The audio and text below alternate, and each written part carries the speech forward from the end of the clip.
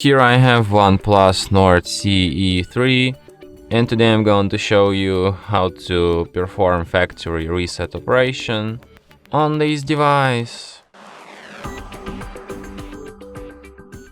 So to do this, firstly you have to open settings, then you should go to the additional settings, then go to the backup and reset, select the last option, reset phone, then tap erase all data, then tap erase data, and then once again, and device will be restarted in about a minute or so then.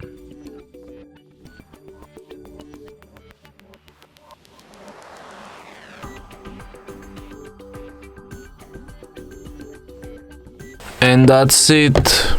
Thanks for watching.